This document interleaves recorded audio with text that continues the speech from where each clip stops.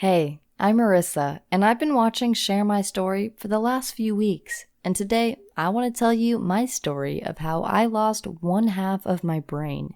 I was a completely normal girl until the age of 3, but then I had my first seizure, and I can still remember riding in the ambulance to get to the hospital. Unfortunately, the seizures didn't stop, and at one point, I was having seizures every 5 minutes. The doctors diagnosed me with Ramessen's encephalitis. It's a rare inflammatory neurological disease which affects only one half of the brain. The doctors gave me all kinds of medicine to treat it, but nothing worked. And because the seizures kept me from falling asleep, I was close to death after a few days. That's why my parents allowed the doctors to cut out the affected area, which meant I'd lose half of my brain. Obviously, my parents were very worried about brain damage, but I was lucky. Because I was so young, my brain was still growing and developing. So even though I only had one half left, my brain was able to adapt and reorganize itself. After the operation, the seizures stopped. And these days, the only signs of what happened are that I don't have much control over my right upper body. School was hard though. I find it tough to focus for long, and it took me years to learn how to read and write. I remember watching other kids doing things like playing on the swings or chasing each other, and I'd be sad because I couldn't join in.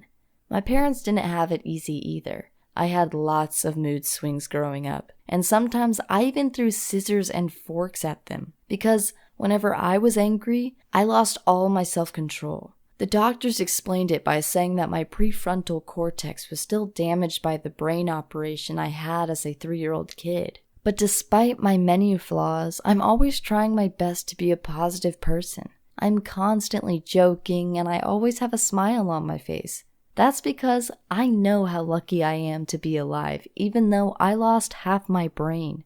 Today, I'm 28 and married to the man who I love very much. I also play the violin in my spare time, although I'm not very good at it. Many years ago, I dreamed of becoming a nurse so I could help others the way the doctors helped me. Unfortunately, I can't control my right arm, so I've been told I wouldn't be able to pursue that profession. But instead, I became a part-time cleaner at our local hospital, and I also volunteered to spend time with patients who need someone to talk to. Recently, one of my former classmates was hospitalized. She was one of the girls that made fun of me back in middle school. She always said I was too dumb to be considered a human, and her comments made me feel very insecure about myself. But that didn't keep me from going into her room to clean it. When she saw me, she said, "Oh, Marissa, you're working as a cleaner now. That's great." I know she looks down on me, but I don't mind. I'm giving my best every day, especially when I'm taking care of my son, Doyle. He is 4 years old now and perfectly healthy. I just wanted to say how grateful I am to be alive. If it wasn't for the doctors who operated on me, I wouldn't be alive today. And if I'd been born 200 years ago, people would have confused my seizures with me being possessed by a demon. I'm so lucky. Never forget that this could be your last day on Earth. You might suffer a stroke tomorrow and be gone in an instant. Don't waste your time complaining. I could spend all day thinking about what I can't do because of my brain damage. But instead, I just spend time with the people I love and who love me back.